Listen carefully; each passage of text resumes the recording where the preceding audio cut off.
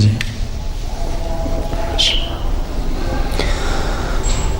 الحمد للہ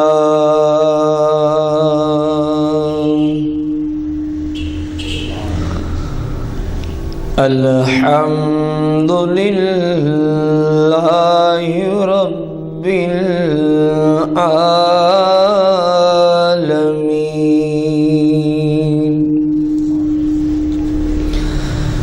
والعاقبۃ للمتقین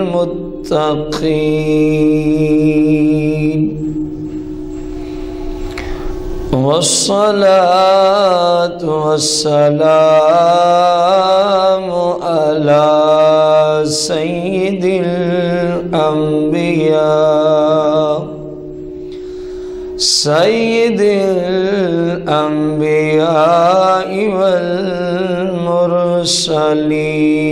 والمرسلين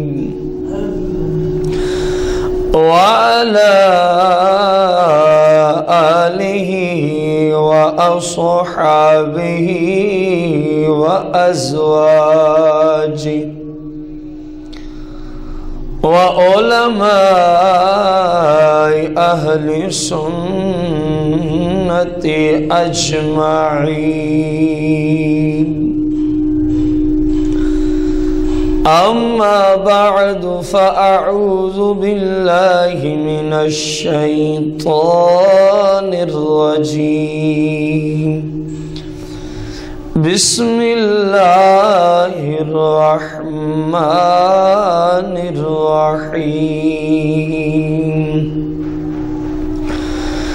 قال الله تبارك وتعالى في القرآن المجيد والفرقان الحميد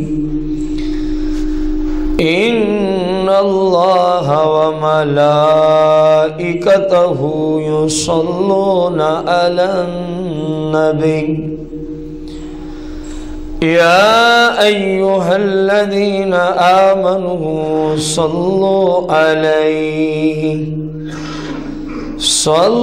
عليه وسلموا تسليما الصلاة والسلام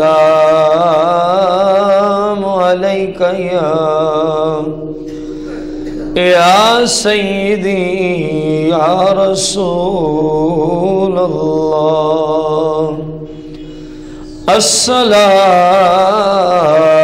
والسلام عليك يا سيدي يا حبيب الله الصلاة والسلام عليك يا سيدي يا شفيع المذنبين الصلاة والسلام عليك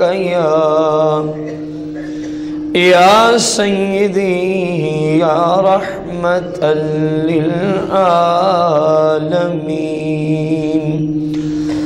الصلاة والسلام عليك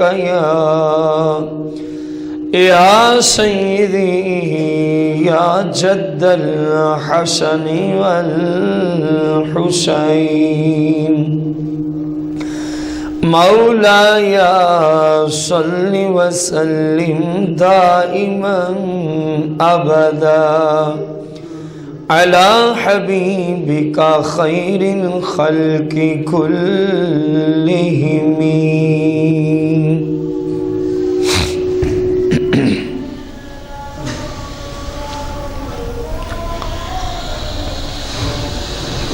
حمد و صلات کے بعد احباب جی وقار، ہمارے آج کے جمعۃ المبارک کے خطبے کا جو موضوع ہے شان سیدنا عمر بن خطاب رضی اللہ عنہ خلیفہ ثانی آقۃ المسلمین امام المشارق والمغارب، آپ کی شان کے حوالے سے پچھلے جمعۃ المبارک پر ہم نے اپنے بھائیوں کو عرض کیا کہ حکمران ہو تو ایسا۔ فاروق اعظم رضی اللہ عنہ حکمرانیت کی دنیا میں آپ کی شان پچھلے جمعۃ المبارک عرض کی گئی۔ آج کے جمعۃ المبارک میں آپ کی شان کے متعلقہ انشاءاللہ الرحمن جو اللہ جل شانہ کو منظور ہوا، سب سے پہلی حدیث مبارکہ جس کو امام محمد بن اسماعیل نے، جو مشہور ہیں امام بخاری کے نام سے، اپنی صحیح بخاری شریف کے اندر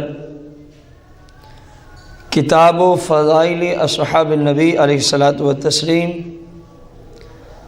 حدیث کا نمبر ہے 3674 3600، اور جس بخاری کی کتاب سے ہم عرض کر رہے ہیں صفحہ 299 ہے، دارالسلام ریاض سعودیہ سے چھپی ہے۔ حدیث بہت زیادہ طویل ہے، ہم اس کا مفہوم عرض کریں گے۔ حدیث کے راوی حضرت سیدنا ابو موسیٰ الاشعری رضی اللہ تعالی عنہ ہیں۔ آپ فرماتے ہیں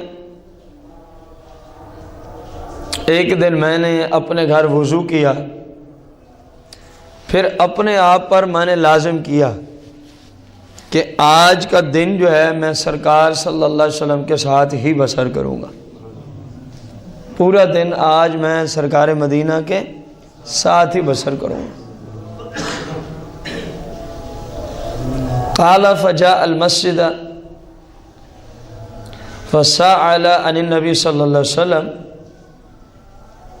تو کہنے لگے میں مسجد نبوی میں آیا اور وہاں جو احباب صحابہ کرام موجود تھے ان سے پوچھا کہ سرکار کس طرف تشریف لے گئے۔ انہوں نے مجھے بتایا جس جگہ کا، میں وہاں پہنچا تو سرکار علیہ الصلاۃ والتسلیم اس جگہ تشریف فرما ہے، اس جگہ۔ کہتے ہیں تھوڑی ہی دیر گزرتی ہے تو دروازے کو دستک ہوتی ہے، میں گیا، میں نے پوچھا کہ کون ہے جو دستک دے رہا ہے، تو دستک دینے والے نے کہا فقلت من ھذا، میں نے پوچھا یہ کون ہے، میں نے پوچھا یہ کون ہے، فقال ابو بکر، تو آگے سے جواب ملا یہ ابو بکر صدیق ہے، یہ ابو بکر صدیق ہیں، اور سرکار علیہ السلام کی بارگاہ قدسیہ میں آنے کے لیے اجازت طلب کرتے ہیں۔ ابو موسیٰ اشعری کہتے ہیں میں رسول کریم صلی اللہ علیہ وسلم کی بارگاہ قدسیہ میں آیا، فقلت یا رسول اللہ ھذا ابو بکر یستأذن، یا رسول اللہ یہ ابو بکر آیا ہے اور آپ کی بارگاہ میں آنے کے لیے اجازت طلب کر رہا ہے، اجازت طلب کر رہا ہے۔ سرکار نے فرمایا اس طرح کرو کہ ان کو اجازت دے دو اندر آنے کی، اور ساتھ ساتھ وبشرہ بالجنہ، ان کو جا کے کہہ دو کہ سرکار نے آپ کو جنت کا ٹکٹ عطا فرما دیا ہے، اندر بھی آنے کی اجازت ہے، وبشرہ بالجنہ، اور ابو بکر کو جا کے کہہ دو سرکار نے آپ کو جنتی قرار دے دیا، سرکار نے آپ کو جنتی قرار۔ فاقبلت حتی قلت لابی بکر، میں کہہ رہے واپس دروازے کی طرف آیا، میں نے سیدنا ابو بکر صدیق کو عرض کی ادخل ورسول اللہ صلی اللہ علیہ وسلم یبشرک بالجنہ، آپ اندر تشریف لے آئیے اور رسول کریم صلی اللہ علیہ وسلم نے آپ کو جنت کی بشارت عطا فرمائی ہے۔ آپ کو جنت کی کیا عطا فرمائی؟ فدخل ابو بکر فجلس عن یمین رسول اللہ صلی اللہ علیہ وسلم، کہہ رہے ہیں جی سرکار صلی اللہ علیہ وسلم کی اجازت دینے کے بعد جناب سیدنا ابو بکر صدیق رضی اللہ تعالیٰ عنہ سرکار کے بالکل قریب آ کے بیٹھ گئے۔ سرکار کے بالکل قریب آ کے، ایک کنواں تھا جس جگہ سرکار موجود تھے، تو جس حالت میں آپ اس کنویں کی طرف اپنے مبارک پاؤں لٹکا کے بیٹھے تھے، ابو بکر بھی ویسے آ کے بیٹھ گئے۔ ابو بکر بھی اسی طرح ویسے آ کے بیٹھ گئے۔ سیدنا ابو موسیٰ اشعری رضی اللہ عنہ کہتے ہیں تھوڑی ہی دیر گزری تو پھر دستک آتی، فقلت من ھذا، میں نے پوچھا یہ کون ہے؟ میں نے پوچھا یہ کون ہے؟ فقال عمر بن الخطاب، تو انہوں نے کہا جی میں عمر بن خطاب ہوں، میں عمر بن۔ فقلت علی رسلک ثم جئت الى رسول اللہ صلی اللہ علیہ وسلم فسلمت علیہ فقلت ھذا عمر بن الخطاب یستأذن، تو میں نے اسی طرح پھر کیا، سرکار کی بارگاہ قدسیہ میں واپس آیا اور سرکار علیہ السلام کو عرض کی یا رسول اللہ عمر بن خطاب آئے ہیں، یستأذن، اور اندر آنے کی کیا مانگتے ہیں؟ اجازت مانگتے ہیں۔ سرکار مدینہ علیہ الصلاۃ والتسلیم نے ارشاد فرمایا چلے جاؤ، اذن لہ وبشرہ بالجنہ، ان کو اندر آنے کی بھی اجازت دے دو، وبشرہ بالجنہ، اور ان کو یہ خوشخبری دے دو کہ سرکار نے آپ کو جنت کا ٹکٹ عطا فرما دی ہے۔ سرکار آپ کو جنتی فرما رہے ہیں کہ آپ کو بشارت ہو، مبارک ہو کہ ہم نے آج سے آپ کو جنتی بنا دیا ہے، ہم نے آج سے آپ کو کیا بنا دیا ہے؟ جنتی بنا دیا۔ ابو موسیٰ اشعری کہتے ہیں میں گیا، دروازہ کھولا، سرکار مدینہ علیہ السلام کا پیغام دیا کہ سرکار نے آپ کو اندر آنے کی کیا دی ہے؟ اجازت دی ہے، اور ساتھ ساتھ یبشرک بالجنہ، سرکار نے فرمایا کہ اے عمر آپ جنتی ہو، اے عمر آپ کیسے ہو؟ جنتی ہو۔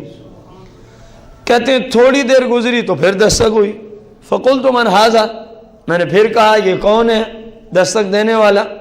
فقال عثمان بن عفان، تو آنے والے نے کہا جی میں عثمان بن عفان ہوں، خلیفہ ثالث جو بعد میں بنتے ہیں۔ کہہ رہے جی میں پھر سرکار علیہ السلام کی بارگاہ قدسیہ میں آیا، جب سرکار کی بارگاہ میں اخبار تو ہوں، میں نے یہ ساری صورتحال عرض کی یا رسول اللہ اس طرح عثمان بن عفان بھی آئے ہیں اور وہ بھی اندر آنے کی کیا طلب کرتے ہیں؟ تو سرکار مدینہ علیہ السلام نے فرمایا اذن لہ وبشرہ بالجنہ، جاؤ ان کو اندر آنے کی بھی اجازت دے دو اور میری طرف سے عثمان بن عفان کو جنت کا ٹکٹ بھی عطا کر دو، کہہ دو کہ سرکار نے فرمایا کہ آپ جنتی ہو۔ آپ کیا ہو؟ کہہ رہے جی باقی دو صحابہ کرام کے ساتھ صرف اتنی بشارت کے جملے تھے، وبشرہ بالجنہ، کہ ان کو کہو اندر بھی آ جاؤ اور تمہیں جنت کی کیا دی ہے سرکار نے؟ بشارت دی ہے۔ لیکن عثمان بن عفان کے ساتھ ایک اور بات کا اضافہ ہوا کہ جنت کی بشارت دو لیکن مصیبتوں کے ساتھ، لیکن مصیبتوں کے، غور کریں یہ جملہ کہاں تک جا رہا ہے، لیکن مصیبتوں کے، الا بلوى تصیبک، یہ امام بخاری نے جملے ذکر کیے ہیں حدیث کے اندر کہ جو تجھے مصیبت پہنچے گی وہ پہنچے گی، اس کے عوض میں ہم نے تجھے جنت کی بشارت عطا کر دی۔ یہ عثمان بن عفان رضی اللہ عنہ کے دور خلافت میں جب 40 دن اور 40 رات آپ کے کمرہ مبارک کا محاصرہ کیا رکھا باغیوں نے اور آپ پر پانی اور کھانے کو بند کیا گیا، اس طرف اشارہ ہے، کئی سال پہلے اشارہ دیا جا رہا ہے۔ ابھی تو پہلا خلیفہ ہی نہیں آیا، ابھی تو سرکار خود موجود ہے، ابھی تو سرکار علیہ السلام۔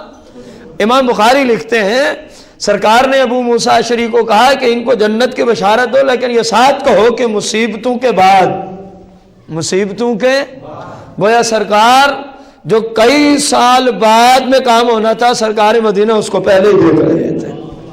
سرکار مدینہ اس کام کو کہہ رہے ہیں جی میں نے دروازے کی طرف آیا، جناب عثمان بن عفان کو عرض کی، سرکار نے اجازت دی ہے اور سرکار نے جنت کی آپ کو بشارت بھی دی ہے، اور ساتھ ساتھ فرمایا وہ جو تجھے مصیبت پہنچے گی، وہ جو تجھے مصیبت پہنچے گی۔ اس صحیح بخاری شریف کی حدیث مبارکہ کی روشنی میں ہمیں 3 افراد کا قطعی طور پہ جنتی ہونا معلوم ہوتا ہے، جن کا نام لے کے جنتی قرار دیا گیا، جن کا نام لے کر جنتی۔ اسی طرح سیاہ میں وہ حدیث مبارکہ اور بھی کئی کتابوں میں موجود عشرہ مبشرہ، عشرہ یہ بڑا مشہور و معروف جملہ ہے، عشرہ مبشرہ، عشرہ کا معنی 10، مبشرہ کا معنی جن کو جنت کی خوشخبری دنیا میں دے دی گئی۔ ان 10 میں بھی 3 یہی افراد ہیں، ان 10 افراد میں سے 3 یہی ہے، جناب سیدنا ابو بکر صدیق، عمر بن خطاب، عثمان بن عفان رضی اللہ عنہ اجمعین۔ تو ان دونوں احادیث مبارکہ کی روشنی میں نام لے کر کس صورت میں سرکار علیہ السلام 3 ہستیوں کو فرما رہے ہیں کہ یہ جنتی ہیں۔ یہ کیا ہے؟ جن میں فاروق اعظم عمر بن خطاب بھی ہیں، فاروق اعظم سیدنا عمر بن خلیفہ ثانی عند المسلمین، مسلمانوں کے نزدیک جو دوسرے خلیفہ ہیں، آپ بھی شامل ہیں۔ اب غور کرنے والی یہ بات ہے، ایک طرف نبی کریم صلی اللہ علیہ وسلم کی حدیث مبارکہ نام لے کے کہا جا رہا ہے کہ یہ جنتی ہے، یہ کیا ہے؟ ادھر تو یوں ہے نا، جو عشرہ مبشرہ والی حدیث مبارکہ ہے وہاں یوں ہے، ابو بکر فی الجنہ، عثمان فی الجنہ، عمر فی الجنہ، طلحہ فی الجنہ، وہاں اس طرح ہے۔ اور یہ فا جو ہے یہ ظرفیت کے لیے آتی ہے، ظرف زمان یا ظرف مکان کے لیے۔ یہاں ظرف زمان تو سمجھ میں نہیں آتا، لا محالہ ظرف مکان ہی بنے، کیونکہ فی الجنہ ایک مکان کا ذکر کیا جا رہا ہے۔ تو کیا مطلب؟ سرکار فرمایا ابو بکر ہیں ہی جنت میں، ابو بکر فی الجنہ، ابو بکر ہیں ہی، عمر فی الجنہ، عمر ہیں ہی، عثمان فی الجنہ، عثمان ہیں ہی۔ سرکار فرمائے ابو بکر جنت میں، عمر جنت میں، عثمان، یہ کن کا فرمان ہے؟ تھوڑا اونچی زبان کو ہلا دو۔ جس ہستی کی ذات پر اگر کوئی کافر مسلمان ہونا چاہے تو جن کی ذات پہ کلمہ پڑھنے کے بعد وہ مسلمان ہو جاتا ہے، یہ ان کی مقدس زبان کے کلمات ہیں۔ اور پھر قرآن سے ترجمانی ہو جائے، وَمَا يَنْطِقُ عَنِ الْهَوَىٰ إِنْ هُوَ إِلَّا وَحْيٌ يُوحَىٰ، کہ میرا محبوب اپنی خواہش سے نہیں بولتا، میری طرف سے کلام آتا ہے، زبان مصطفیٰ کریم کی چلتی ہے، یہ اس زبان سے ہے۔ پھر مزید ایک بات اور عرض کر دیں، سرکار جب کبھی کسی حالت میں کچھ فرماتے، آپ کا ایک غلام اس کو لکھ لیا کرتا۔ کچھ لوگوں نے اس صحابی کو کہا کہ آخر وہ بھی انسان ہے، سرکار علیہ السلام بھی آخر کبھی غصے میں بندہ ہوتا ہے، کبھی غمی میں ہوتا ہے، کبھی کس حالت میں ہوتا ہے، تو کچھ غور و فکر کرنے کے بعد ہی لکھا کر، وہ جو بولتے ہیں تو فوراً لکھ لیتا ہے۔ تو اس صحابی نے سرکار علیہ السلام کی بارگاہ قدسیہ میں یہ شکایت کی، یا رسول اللہ میں یوں لکھتا ہوں، آپ جو بھی فرماتے ہیں میں لکھ لیتا ہوں۔ تو مجھے کچھ لوگوں نے کہا کہ یوں نہ کیا کر، کسی وقت سرکار غصے میں ہوتے ہیں، کسی وقت غمی کی حالت میں، کسی وقت آپ صلی اللہ علیہ وسلم کس حالت میں ہوتے ہیں، تو سرکار جلال میں آ جاتے۔ سرکار نے فرمایا اللہ کی قسم، اللہ کی، تو جو کام کر رہا ہے یہ بالکل ٹھیک ہے، اس زبان سے جو بھی نکلتا ہے وہ حق ہی نکلتا ہے، میں جو کہہ دوں وہ حق ہوتا ہے، حق کے سوا ہماری زبان سے کوئی چیز نکلتی۔ اب ان 3-4 دلائل کی روشنی میں نام لے کے وہی زبان کہہ رہی، ابو بکر فی الجنہ، عمر فی الجنہ، عثمان فی الجنہ۔ اور اس بخاری کی حدیث میں یوں ہے کہ جو آنے والا ہے اس کو کس چیز کی بشارت دو؟ پہلے پوچھا جا رہا ہے یا رسول اللہ یہ ابو بکر ہے، اندر آنے کی اجازت طلب کرتا، یا رسول اللہ یہ عمر بن خطاب ہے، اندر آنے کی، یا رسول اللہ یہ عثمان بن عفان ہے، اندر آنے کی۔ سرکار نے فرمایا ان کو اجازت بھی دے دو اور ساتھ ساتھ کہہ دو سرکار نے تمہیں جنتی قرار دے دیا ہے۔ اب عمر بن خطاب، عثمان بن عفان، ابو بکر صدیق رضی اللہ عنہم اجمعین کو سرکار کی مقدس زبان کہہ رہی ہے کہ یہ کہاں ہے؟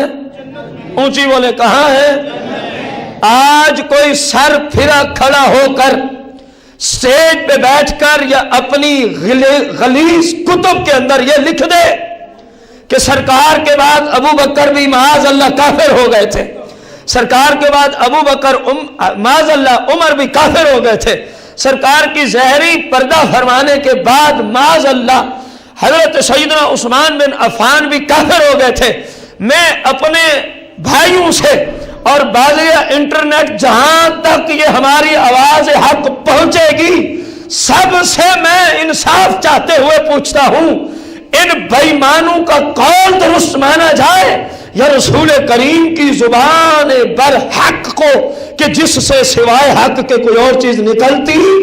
سرکار فرما رہے یہ جنت میں ہے، اور آج کا ایک سر پھرا بےایمان گروہ اسلام سے خارج گروہ کہے کہ یہ صحابہ کافر ہیں، بتایا جائے سرکار کی بات درست؟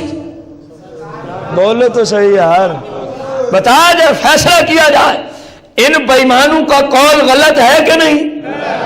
جو یہ کہہ رہا ہے وہ صرف غلط نہیں، وہ اپنے نبی کی زبان کو بھی جھٹلا رہا ہے۔ جھٹلا رہا ہے کہ نہیں؟ ذرا اونچی، جھٹلا رہا ہے کہ نہیں؟ جو اپنے نبی کی زبان کو جھٹلائے، اپنے بھائیوں سے سوال ہے وہ مسلمان ہے؟ ہمیں کیا ضرورت ہے کہ فلاں، آپ کو پتہ یہ کون ہے؟ نہیں ہے سمجھ ابھی کہ ہم کس طرح بول رہے تھے؟ بھلے کوئی سنی بھی یہ جملے بولے، اسلام کا فتویٰ اس پہ یہی ہے۔ اگر سنی کوئی، میں خود اپنی مثال دیتا ہوں، اللہ نہ کرے اس گھڑی سے پہلے موت آ جائے، اگر میں کوئی صحابہ کرام علیہم رضوان کی شان میں ایسا ناپاک جملہ کہوں تو اسلام سے میں بھی خارج، کیونکہ اسلام تو سبھی کے لیے یکساں ہے۔ کمال اس بات کی، حد اس بات کی ہے، جن کو اللہ اور اس کا رسول جنتی قرار دے رہے ہیں صرف مسلمان نہیں، قطعی طور پہ یہ جنتی ہیں۔ بھائی میں اور آپ مسلمان ہیں، میں اور آپ الحمدللہ کیا ہیں؟ لیکن ہم کسی کو کہہ سکتے کہ ہم جنت میں پہنچے ہوئے ہیں؟ امید اپنی جگہ مسلم، ہمیں اللہ کی رحمت پہ امید ہے کہ سرکار علیہ السلام کی شفاعت کے صدقے انشاءاللہ پہنچیں گے، لیکن گارنٹی تو نہیں دے سکتے نا کہ رب کی ہمارے بارے میں خفیہ تدبیر کیا ہے، وہ آپ بہتر جانتا ہے، وہ آپ اس چیز کو بہتر، اور ادھر گارنٹی دینے والا کوئی مفتی نہیں۔ ابو بکر صدیق جنتی ہیں، یہ کسی مفتی کا فتویٰ نہیں۔ عمر بن خطاب جنتی ہیں، یہ کسی مفتی اسلام کا فتویٰ نہیں کہ ٹھکرا دیا جائے۔ عثمان بن عفان جنتی ہیں، یہ کسی مفتی کا فتویٰ، بلکہ یہ تو ان کی زبان سے نکلا ہے جن کی زبان پہ کلام صرف اللہ کا جاری ہوتا ہے۔ زبان آپ کی چلتی ہے، کلمات اللہ کی طرف سے ہوتے ہیں، یہ قرآن کا فیصلہ ہے، کلمات اللہ کی۔ تو معلوم ہوا جو صحابہ کو ایسی ویسی بات کرنے والا ہے وہ بے ایمان ہے، اس کا اسلام سے کوئی تعلق، کیونکہ رسول کریم صلی اللہ علیہ وسلم ایک جانب آ گئے اور اسی کے مد مقابل، یعنی اسی عقیدے کے جو آپ نے ہمیں عطا فرمایا، ایک پورا گروہ آ گیا۔ تو لا محالہ ایک گروہ نہیں، پوری دنیا کے افراد بھی اگر ایک طرف چلے جائیں نا، سرکار فرمائے یہ جنتی ہے اور ساری دنیا والے کہیں معاذ اللہ یہ کافر ہے، تو ساری دنیا کفر کی طرف چلی جائے گی، سرکار کا جملہ غلط ثابت نہیں ہو سکتا۔ یہ تو ابھی ایک نہ ہونے کے مترادف گروہ کی بات ہے، اگر مسلمانوں کی طرف اس کی نسبت کی جائے تو ان کی تعداد کچھ بھی نہیں ہے، یہ تو ان کی بات ہے۔ اگر سارے لوگ بھی اس طرح کا گندا عقیدہ رکھ لیں تب بھی سرکار کے جملے برحق ہے، سرکار کے جملے۔ تو جو یوں کہے نا علی ولی اللہ و خلافتہ بلا فصل، بھلے کلمے میں بھلے اذان میں، تو وہ ان تینوں صحابہ کو کافر کہہ رہا ہوتا ہے۔ عربی پڑھ کے اس کا مطلب یہاں یہ ہوتا ہے کہ یہ تینوں فارغ تھے، پہلا خلیفہ آیا تو علی المرتضیٰ آیا ہے۔ تو جو ان تینوں کو کافر کہے وہ خود کافر ہوتا ہے، وہ خود کیا ہوتا ہے؟ بھلے وہ کوئی بھی ہو، بھلے وہ کوئی بھی ہو، اس بات سے سروکار نہیں۔ رسول کائنات فخر موجودات علیہ الصلاۃ والتسلیم کے صحابہ کرام علیہم رضوان کے متعلقہ اللہ جل شانہ قرآن میں فرماتا ہے رضی اللہ عنہ وارضوا عنہ، رضی اللہ عنہ وارضوا، اللہ تمام صحابہ سے راضی ہے، اللہ تمام صحابہ سے راضی ہے، وارضوا عنہ، اور تمام صحابہ اللہ کی رضا پہ راضی ہیں، تمام صحابہ اللہ کے ساتھ راضی ہیں۔ اب قرآن کہے اللہ تمام صحابہ سے راضی ہے، اللہ تمام صحابہ سے، اور کوئی بے ایمان کہے نہیں سرکار کے بعد تو سوائے 3 کے سارے کافر ہو گئے تھے۔ انوار النعمانیہ میں یہ جملے موجود ہیں، ایران سے چھپی ہے، کسی کو شک ہے تو ہم اصل کتاب سے دکھا دیں گے یہ جملہ کہ سرکار علیہ السلام جب دنیا سے تشریف لے گئے تو تمام ہی صحابہ کافر ہو گئے سوائے 3 کے، معاذ اللہ ثم معاذ اللہ۔ بتایا جائے یہی اسلام ہے؟ اگر بالفرض والمحال، ہم مانتے نہیں، مثال دے رہے ہیں اس گندے عقیدے کو رد کرنے کے لیے، اگر تمامی صحابہ کافر ہو گئے تھے، بالخصوص تم نے کفر کا فتویٰ دیا ابو بکر صدیق پر، فاروق اعظم پر، عثمان غنی پر، میں پوچھتا ہوں اگر یہ کافر ہو گئے تھے تو یہ جو اتنی بڑی فتوحات ہوئی ہیں یہ کس نے کی ہے؟ تمہارے بقول یہ تو فارغ ہو گئے۔ اسلام ملک حجاز سے آگے کی طرف جو اتنا پھیلا آدھی دنیا تک چلا گیا تو یہ فتوحات کس نے کی ہیں؟ انہی خلفاء راشدین کے زمانے میں ہوتی ہیں، خلفاء راشدین کے زمانے میں، جس کو کافر بھی مانتا ہے، آج کا عیسائی بھی اس بات کو مانتا ہے، اور اس بات پہ عیسائیوں کے مورخین مجبور ہیں۔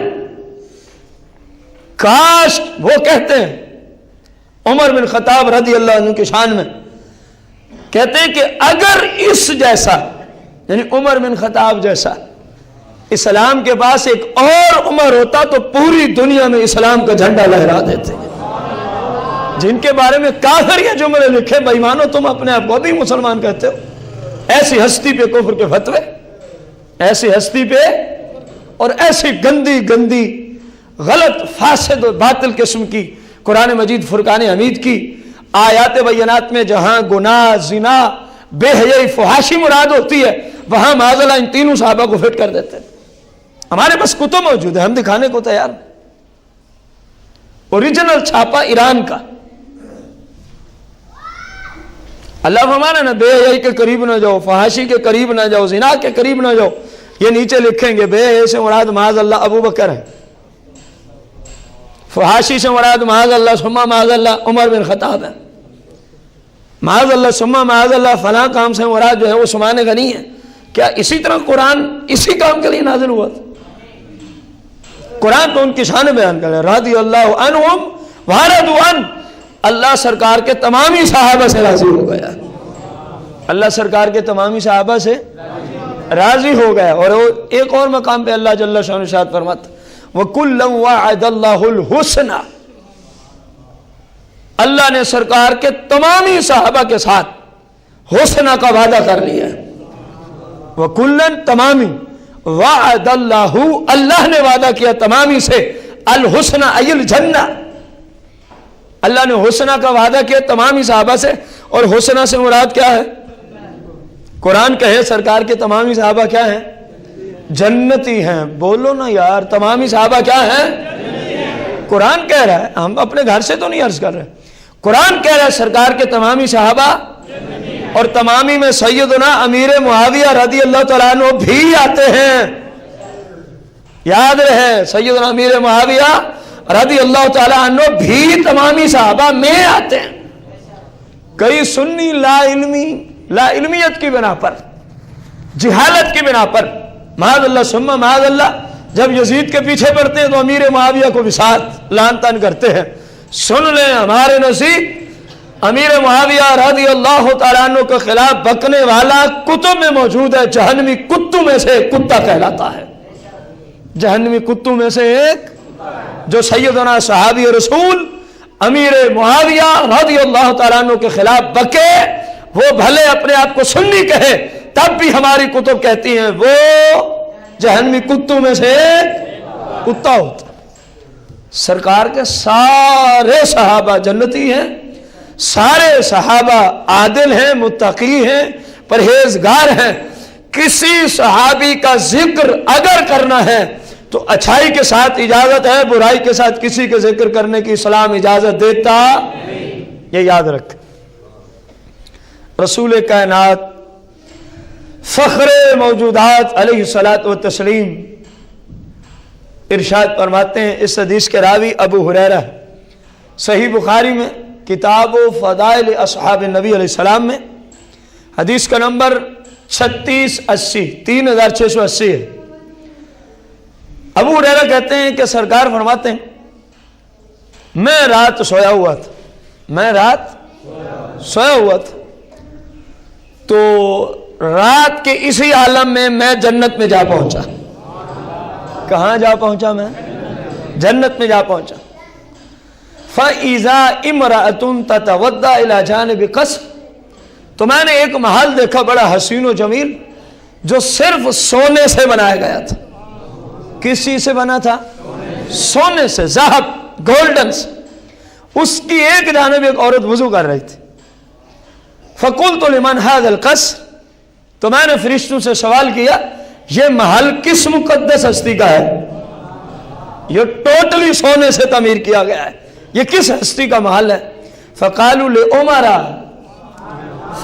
لِعُمَرَ، تو فرشتے مجھے عرض کرتے ہیں اے صحابہ، سرکار یہ صحابہ کو بتا رہے تھے، میں نے جو پوچھا یہ سونے کا محل جنت میں کس کے لیے تیار ہوا ہے، تو فرشتوں نے جواب دیا یہ آپ کے عمر کے لیے تیار کیا گیا ہے۔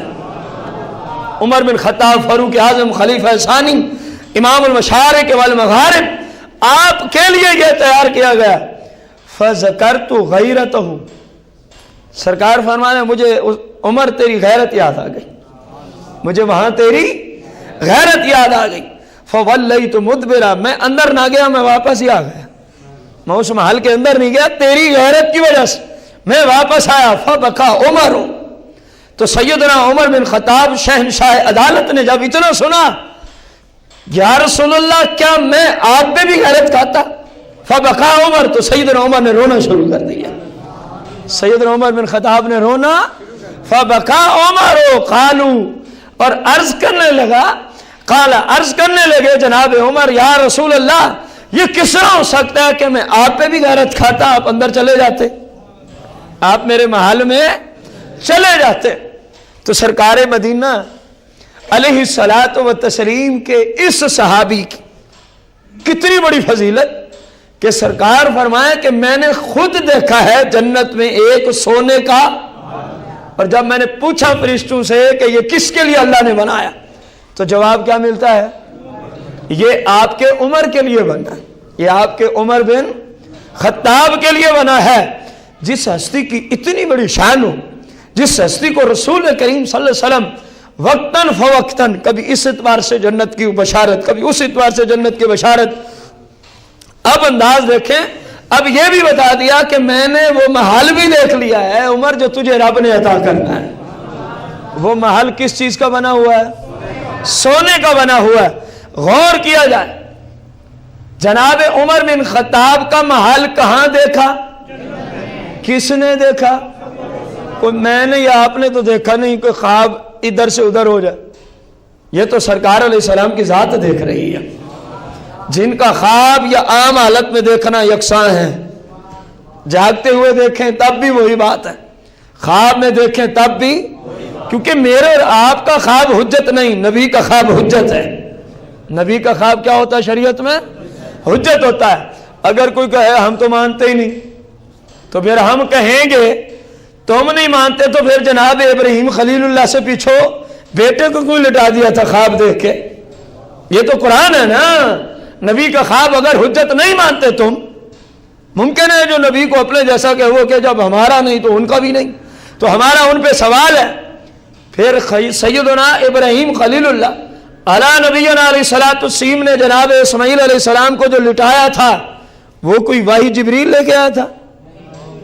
وہ بھی تو خواب ہی تھا نا، وہ بھی کیا تھا؟ اور قرآن نے اس خواب کو مانا، قرآن نے اس خواب کو مانا، اس کا ذکر کیا، تو معلوم ہوا نبی کا خواب حجت ہے۔ نبی کا خواب کیا ہے؟ حجت ہے۔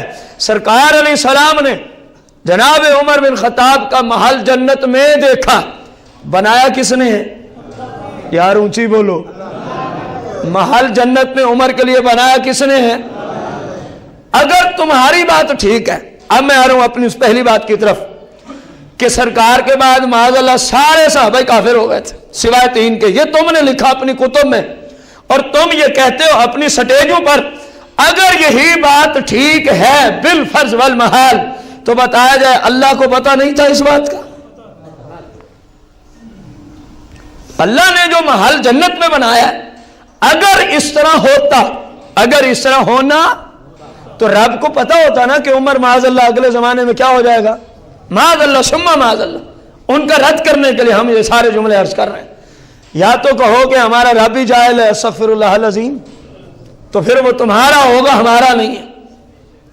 جو عالمین کا رب ہے اس کی طرف جہالت کی نسبت ہو سکتی نہیں. خمینی ہو تو پتہ نہیں ہے، خمینی ہو تو کوئی ممکن ہے تم اس کو اس سٹیج پہ مانتے ہو، یہ ممکنات میں سے ہے نا. جس طرح کچھ لوگ مرزا غلام احمد قادیانی کو پتہ نہیں کہاں تک لے جاتے ہیں. تو بھائی جو ہمارا رب ہے، جو الحمدللہ رب العالمین کا مصداق رب ہے، اس کی طرف جہالت کی نسبت ہو سکتی. تو جس ہستی کی طرف، جس ذات مقدس کی طرف جہالت کی نسبت نہیں، اسی ذات نے عمر کے لیے جنت میں کیا بنا دیا ہے. تو وہ ذات جانتی تھی جس طرح سرکار کی ظاہری حیات میں عمر ہے، سرکار کے جانے کے بعد بھی عمر مرتے دم تک اسی حالت پہ باقی رہے گا، ایمان والی حالت پہ باقی. تو جنہوں نے عمر بن خطاب کو اپنی کتب میں کافر لکھا، انہوں نے گویا اسلام کے خلاف اور اپنے آپ کو اسلام سے خارج کرا دیا، اپنے آپ کو اسلام سے. رسول کائنات فخر موجودات علیہ السلام کی یہ تیسری حدیث مبارکہ، یہ بھی صحیح بخاری میں کتاب و فضائل اصحاب نبی علیہ السلام میں موجود ہے. حدیث کا نمبر امام بخاری نے جو دیے، امام بخاری کی صحیح بخاری میں حدیث کا جو نمبر ہے 3681، 3600. رسول کائنات فخر موجودات علیہ السلام فرماتے ہیں انا نائم شربت یعنی اللبن، فرمایا میں سویا ہوا تھا تو مجھے پینے کے لیے دودھ دیا گیا. مجھے پینے کے لیے کیا دیا گیا؟ دودھ دیا گیا. سرکار فرماتے ہیں میں نے اتنا پیا، میں نے وہ دودھ اتنا پیا کہ میں بالکل سیر ہو گیا. میں بالکل کیا ہو گیا؟ ایسا ہوا میرے پاس پھر بھی دودھ بچ گیا، میرے پاس پھر بھی دودھ. تو میں نے وہ بچا ہوا دودھ عمر بن خطاب کو دے دیا. میں نے وہ بچا ہوا دودھ عمر بن. صحابہ نے عرض کی یا رسول اللہ اس کی تعویل کیا ہے؟ اس کی تعویل یا تعبیر کیا ہے؟ سرکار نے فرمایا العلم، اس کی تعبیر علم شریعت ہے، قرآن و سنت کا علم ہے. اللہ نے مجھے دیا، میں نے فاروق اعظم کو عطا کر دیا. میں نے فاروق عمر بن عاص، سیدنا عمر بن عاص رضی اللہ عنہ، یہ میں عرض کر رہا ہوں البدایہ والنہایہ کتاب حافظ ابن کثیر رحمت اللہ علیہ کی جلد ہے عربی، جو آپ کا البدایہ والنہایہ جلد ہے 7. سیدنا عمر بن خطاب کے مناقب میں سے یہ بات آپ کو عرض کر رہا ہوں. حافظ ابن کثیر رحمت اللہ علیہ لکھتے ہیں آپ کے دور حکومت میں، آپ کے دور سیدنا عمر بن عاص جس علاقے کے گورنر تھے اس کے قریب دریائے نیل ہے. اس کے قریب کیا ہے؟ اور ایک انتہائی بھیانک رسم چلی آ رہی تھی دریائے نیل کے بہنے کے متعلقہ. دریائے نیل کے وہ کیا تھی؟ وہ یہ تھی کہ وہ لوگ ہر سال ایک نوجوان کنواری بچی اس کے والدین کی رضا سے لیتے، پھر اس کو مکمل دلہن کی طرح تیار کرتے، زیورات، اچھے اچھے کپڑے، پھر اس کو دریائے نیل کی نظر کرتے اور وہ بہنا شروع ہو جاتا. اور وہ بہنا سیدنا عمر بن عاص نے جب یہ دیکھا تو آپ نے لوگوں کو منع فرما دیا. فرمایا یہ زمانہ جاہلیت کی رسم ہے اور ہم ہیں اسلام والے، اسلام جہالت کی رسمی کو مٹانے کے لیے آیا ہے، تم اس کام کو چھوڑ دو. کہنے لگے یہ دریا بہے گا ہی نہیں تو پھر پانی نہ آیا تو کہت سالی آ جائے گی. فرمایا اس کا حل ہم کر لیتے، اس کو بندوبست ہم صحابی رسول ہے. غور کرنا، عقیدہ دیکھنا کہ اللہ والوں کے پاس رب کی دی ہوئی طاقتیں ہوتی ہیں. یہ صحابہ کا عقیدہ ہے، اور الحمدللہ یہی عقیدہ آج اہل سنت کا بھی ہے. اہل سنت سے مراد ہوتی ہے یا رسول اللہ کہنے والے، یا رسول اللہ، کیونکہ ادھر ادھر والے بھی آج کہنا شروع ہو گئے ہیں کہ ہم بھی اہل سنت ہیں. اہل سنت بننا ہے تو پھر الصلاۃ والسلام علیکہ یا رسول اللہ پڑھنا ہوگا، پھر کبھی کہنا ہوگا مصطفیٰ جان رحمت پہ لاکھوں، پھر اہل سنت. اہل سنت کہنے سے کوئی نہیں بنتا. اہل سنت نام ہے لا الہ الا اللہ محمد الرسول اللہ صلی اللہ علیہ وسلم کے تقاضوں کے مطابق عقیدے اور عمل رکھنے اور کرنے کا نام اہل سنت ہے. کہنے سے کوئی سنی بنتا جب تک کہ عقائد اہل سنت والے نہ ہوں، جب تک کہ عقائد اہل سنت والے. آپ نے فرمایا بھائی اس کا حل ہو جائے گا، یہ کوئی پریشانی والی بات نہیں، لیکن یہ کام نہ کرو کیونکہ اسلام ایسی جہالت کی رسموں کو مانتا. آپ کو یہ جملہ سمجھ آیا کہ اسلام ایسی جہالت کی رسموں کو مانتا؟ بدقسمتی سے ہمارے زمانے میں اس طرح کی بہت ساری رسمیں رائج ہیں. بدقسمتی سے، اگرچہ یہ نیل کی طرح نہیں، لیکن بہت ساری رسمیں ہمارے زمانے میں بگھر کر گئی جن کو اسلام نہیں مانتا، جن کو اسلام، جن کی ہم وقتاً فوقتاً خصوصاً کل خانیوں کے بیانات میں ہم آپ کو اکثر بتایا کرتے ہیں کہ یہ رسم بھی خواہ مخواہ کی ہے، یہ بھی فضول رسم ہے، یہ بھی فضول رسم ہے. الغرض آپ نے امیر المومنین امام المشارق والمغارب سیدنا فاروق اعظم رضی اللہ تعالیٰ عنہ کو خط لکھا گورنر نے کہ حضور یہاں تو یہ مسئلہ ہے اور میں نے ان کو روک دیا ہے کہ اسلام ایسی رسموں کو مانتا. جناب سیدنا فاروق اعظم خلیفہ ثانی عمر بن خطاب رضی اللہ تعالیٰ عنہ خط پڑھا تو آپ نے اس کا جواب لکھا، تسمیہ سے شروع کیا، اپنا نام لکھا کہ ان کی طرف سے فلاں کو. پھر آپ لکھتے ہیں کہ آپ نے بالکل ٹھیک کیا، آپ نے جو ان کو روکا کہ یہ گندی رسم ہے، آپ نے بالکل. نیچے پتہ کیا لکھتے ہیں؟ حافظ ابن کثیر لکھتے ہیں الوداع والنہایہ کی جلد نمبر 7 میں لکھتے ہیں، اے دریائے نیل، دیکھیں پاور ہو تو ایسی، اے دریائے نیل اگر تو اپنی مرضی سے چلتا ہے تو ہم تجھے کہتے ہی نہیں کہ تو چل. اگر تو اپنی، تو ہم تیری منت ہی نہیں کرتے سادہ لفظوں میں کہ تو چل.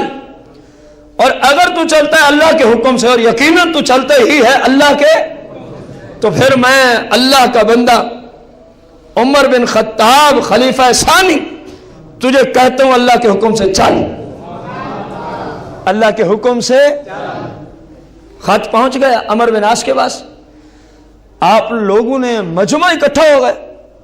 بھئی عجیب بات ہے، آج تک ہر سال ہم ایک پورا انسان دیا کرتے تھے اور ساتھ قیمتی زیورات، قیمتی لباس، اور وہ بھی کنواری بچی، نوجوان بھی کنواری بھی، 2 شرطوں کے ساتھ. تیسری شرط کہ اس کو دلہن کی طرح سجایا بھی جائے، اور چوتھی شرط کہ اس کے والدین بھی اس بات پہ راضی ہوں، بھلے نہ چاہتے ہوئے، بھلے نہ چاہتے ہوئے بھی. یار یہ عجیب بات ہے، ایک رکا یہ کام کرے گا؟ تو ایک مجمع لگ گیا. جناب سیدنا عمر بن عاص رضی اللہ عنہ نے فاروق اعظم شہنشاہ عدالت کا وہ رکا دریائے نیل میں چھوڑ دیا، وہ رکا دریائے نیل میں چھوڑ دیا. بس رکے کے چھوڑنے کی دیر تھی، دریائے نیل فل ہو گیا، ایک ہی دن میں فل ہو گیا. جس طرح کہ اپنی اور شباب کے عالم پہ بہتا تھا، ایک ہی دن میں کس طرح ہو گیا. کیا کیا ہے آپ نے؟ اتنا کہا ہے اگر تو اللہ کے حکم سے، یقیناً تو چلتا بھی اللہ کے حکم سے ہے، تو میں خلیفہ ثانی عمر بن خطاب تجھے کہتا ہوں اے دریائے نیل تجھے چل پھر اللہ کے حکم سے، چل پھر. ایسا چلا کہ پوری دنیا آج تک دیکھ رہی ہے دریائے نیل چل رہا ہے، آج تک دریائے نیل چل رہا ہے. تو معلوم ہوا اللہ والے، اللہ کے ولی اللہ کی عطا سے طاقت رکھتے ہیں. اللہ کی عطا سے اگر وہ دریا پہ حکم چلائیں تو دریا بھی ماننے کو تیار ہو جاتا ہے، دریا بھی ماننے کو. یہ سرکار کے غلاموں کی شان بیان ہو رہی ہے، عمر بن خطاب کی شان بیان کی جا رہی ہے، آپ کی بات کی جا رہی ہے۔ رسول کائنات فخر موجودات علیہ الصلاۃ والتسلیم کا فرمان علی شان، جس کو امام ترمذی نے جامع الترمذی کے اندر نقل فرمایا، باب المناقب میں حدیث کا نمبر 3671، 3600 صفحہ ہے 2030، 2030 سادہ لفظوں میں، اور یہ چھپی ہے دارالسلام ریاض السعودیہ سے۔ یہ جو اپنے سامنے کتاب ہے، سیاہ ستہ کی کتاب سامنے ہے اس وقت۔ کیا فرماتے ہیں امام ترمذی؟ حضرت سیدنا عبداللہ بن حنطب رضی اللہ عنہ اس کے راوی، ان النبی صلی اللہ علیہ وسلم رأى ابا بکر و عمر فقال هذان السمع والبصر۔ سرکار علیہ الصلوۃ والتسلیم نے سیدنا ابو بکر صدیق کو دیکھا اور سیدنا عمر بن خطاب کو دیکھا۔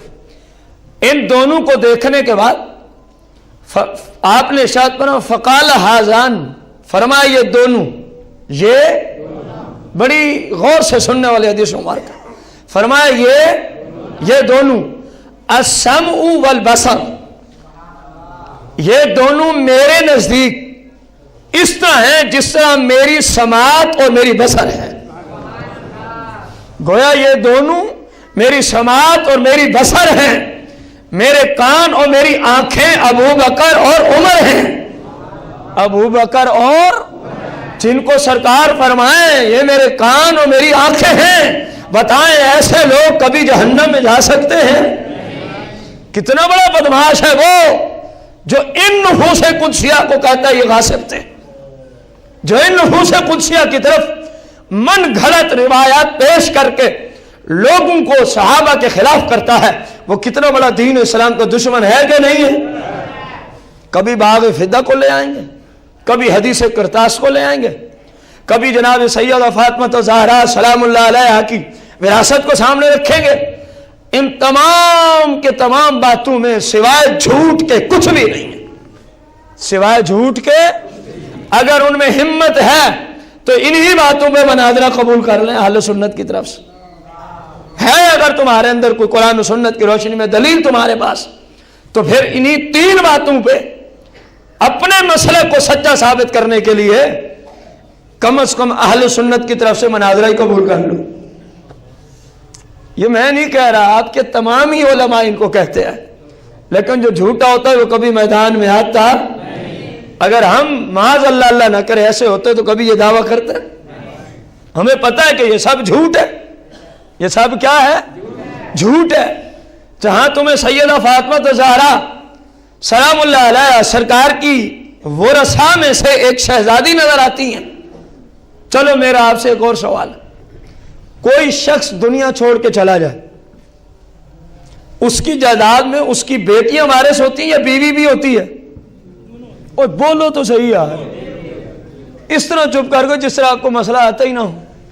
قرآن میں یہ مسئلہ موجود ہے، سورہ نساء میں موجود ہے کہ مرنے والے کی جہاں بیٹی وارث ہوتی ہے وہیں اس کی بیوی بھی کیا ہوتی ہے۔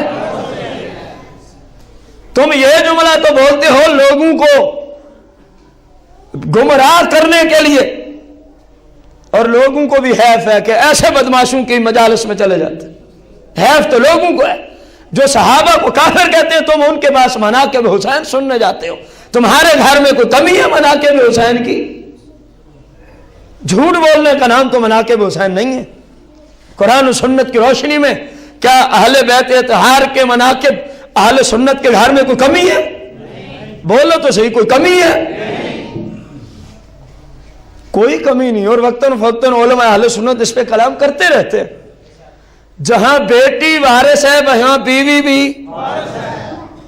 پہلا خلیفہ کون ہے عند المسلمین؟ مسلمانوں کے نزدیک حضرت سیدنا ابو بکر جناب عبداللہ رضی اللہ عنہ۔ آپ کی ایک بیٹی سرکار کی بیوی ہے کہ نہیں؟ جناب سیدہ طیبہ عاملہ کاملہ صالحہ عائشہ صدیقہ بنت صدیق علیہ السلام آپ سرکار کی کیا ہیں؟ پہلا خلیفہ آتا ہے، تم نے کہا جی انہوں نے وراثت نہ دی، چلو اپنی ہی کتابوں سے ثابت کر دو، بیٹی کو نہ دی، کیا سرکار کی بیوی کو دی؟ اگر ہوتی تو پھر بیوی کو ضرور ملتی۔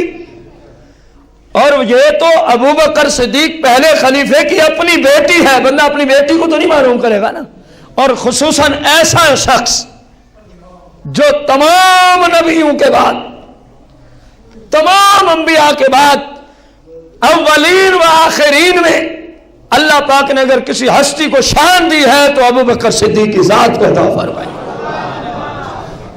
پھر دوسرے خلیفہ آتے ہیں سیدنا عمر بن خطاب، آپ کی بھی ایک بیٹی سرکار کی کیا ہے؟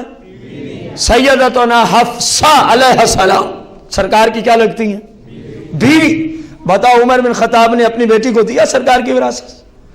ارے علی المرتضیٰ سے ہی پوچھ لو، کیا سرکار جو تشریف لے گئے آپ کی کوئی وراثت تھی؟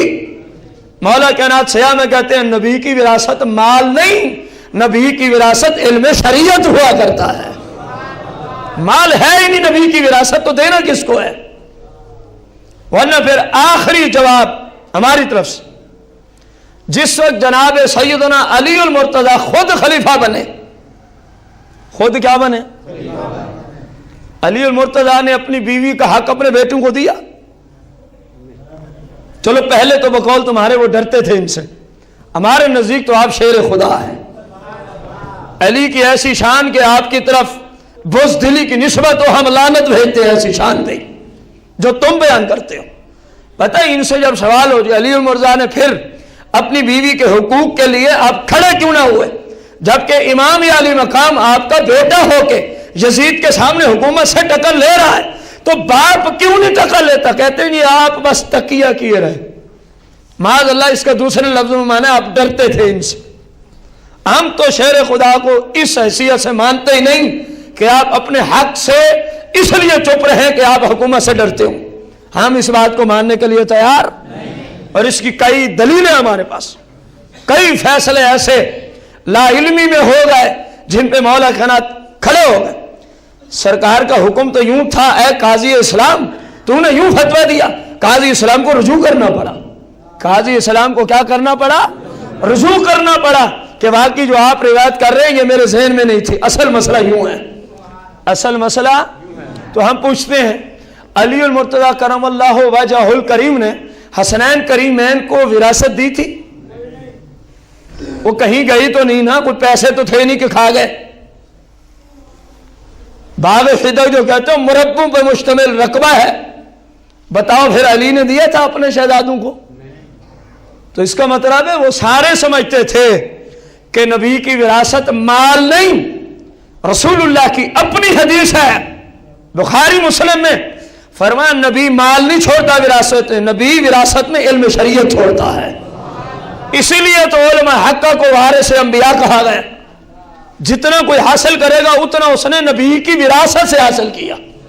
علم دین نبی کی وراثت ہے، علم دین نبی علیہ السلام کی کیا ہے؟ وراثت۔ اس لیے علماء کی شان اونچی ہے، کیونکہ جن کی وراثت سے ان کو حصہ ملتا ہے ان کی شان بڑی بلند ہے، تو جو ان سے وراثت پا رہے ہیں اللہ نے ان کی شانیں بھی بلند رکھی ہیں، اللہ نے علماء ذی شان کی بھی شانیں بلند رکھی ہیں۔ تو معلوم ہوا یہ سب بکواس ہے، جھوٹ ہے، مسلمانوں کو گمراہ کرنے کے لیے ایسے جھوٹ باندھے جاتے ہیں، اسلام میں ان کا کوئی تعلق نہ کوئی قرآن کی ایسی آیت ہے نہ کوئی سرکار کی ایسی حدیث ہے، صرف جھوٹ بولتے ہیں صحابہ پہ، کتنے بڑے بدماش ہیں، ان کی ذات پہ جھوٹ بولتے ہیں جو ساری زندگی سرکار کے ساتھ ہر وقت جنگ میں اپنی جان دینے کے لیے سرکار سے آگے آگے، اور جب سرکار گئے، اب دیکھو قربت ہو تو ایسی ہو، قربت ہو تو جب سرکار دنیا سے پردہ فرما گئے، ظاہری آیات میں بھی قریب، اللہ کا کرم دیکھو ان پہلے دو خلفاء پر، سیدنا ابو بکر سیدنا عمر پر، دنیا میں بھی سرکار کے دائیں بائیں، اور جب قبر و آخرت کا معاملہ آتا ہے تب بھی سرکار نے اپنے پاس ہی رکھا ہوا ہے، تب بھی سرکار نے اپنے ایک پورے گروہ کا نام لیا جا سکتا ہے، جو آج بھی روضہ رسول پہ صرف اسی وجہ سے نہیں حاضری دیتے کہ وہاں عمر بیٹھا ہے، اور اس میں شک بھی کوئی نہیں، کیونکہ بخاری کی حدیث ہے، پچھلے جمعے عرض کی ہے، اے عمر جہاں تم ہے تو شیطان اس راستے کو چھوڑ کے نکل جاتا ہے۔ تو وہ بیچارے ٹھیک ہی کہہ رہے ہیں، شیطان کی ضروریت بھی تو شیطان ہی ہوتی ہے، شیطان کی ضروریت بھی تو بیٹھے ہوتے ہیں ادھر جنت البقیع کے قریب جو دیوار ہے یوں اس کے قریب بیٹھے ہوتے ہیں، ادھر نہیں جانا، اور کیا ہو گیا؟ کہتے ہیں آگے عمر بیٹھا ہے۔ تو سرکار نے سچ ہی فرمایا تھا کہ جہاں عمر تم ہوتے ہو وہاں شیطان آتا، وہ تم سے ڈرتا ہے، وہ تم سے۔ آخری بات آپ کی شان میں، سیدنا عمر بن خطاب رضی اللہ تعالیٰ عنہ کے دور خلافت کی بات۔ ایک دن مدینہ شریف کی زمین میں زلزلہ آتا ہے۔ کیا آتا ہے؟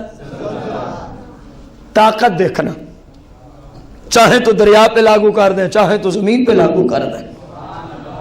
آپ پچھلے جمعہ آپ نے سنا آپ درہ اٹھا کے رکھتے تھے جس کے ذریعے لوگوں کو ادب سکھا دیا کرتے تھے بسا اوقات۔ تو آپ درہ اٹھائے ہوئے تھے تو زمین مدینہ کی ہلنے لگی، آپ نے یوں زمین پہ مارا اور کہا اے زمین ٹھہر جا، بتا تیرے اوپر عمر نے کوئی ناانصافی کی ہے کہ تو زلزلے کی صورت میں چلی گئی ہے؟ مورخین نے لکھا زمین ایسی ساکت ہوئی مدینہ شریف کی، آج تک ساکت ہی جا رہی ہے، آج تک مدینہ کی زمین ساکت ہی جا رہی ہے۔ جن ہستیوں کو رب نے اتنی شانیں عطا فرمائی، جن ہستیوں کو رب نے اتنی پاور، قوت اور طاقت عطا فرمائی ہو، ایک بندہ ان کو ہی کہے معاذ اللہ وہ کافر ہو گئے ہیں، تو بتائیں اس بندے کا اپنا کوئی دین اسلام ہے؟ آخر تک بولو۔ جو صحابہ کو کافر کہے وہ خود، اونچی بولو مزہ نہیں آئے، جو صحابہ کو کافر کہے وہ خود، بھلے وہ کوئی بھی ہو، بھلے وہ، کیونکہ اسلام کا فتویٰ تمامی کے لیے یکساں ہے، تمامی کے لیے۔ اگر ہم بھی یہ کہیں معاذ اللہ اس وقت سے پہلے موت آ جائے، بالفرض والمحال اگر ہم بھی یہ کہیں تو اسلام کا فتویٰ ہمارے اوپر بھی یہی ہوگا، ہمارے اوپر بھی یہی ہوگا۔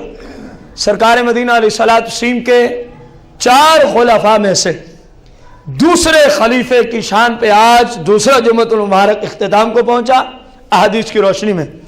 اللہ جل شانہ سے دعا ہے سرکار مدینہ علیہ الصلوۃ والتسلیم کی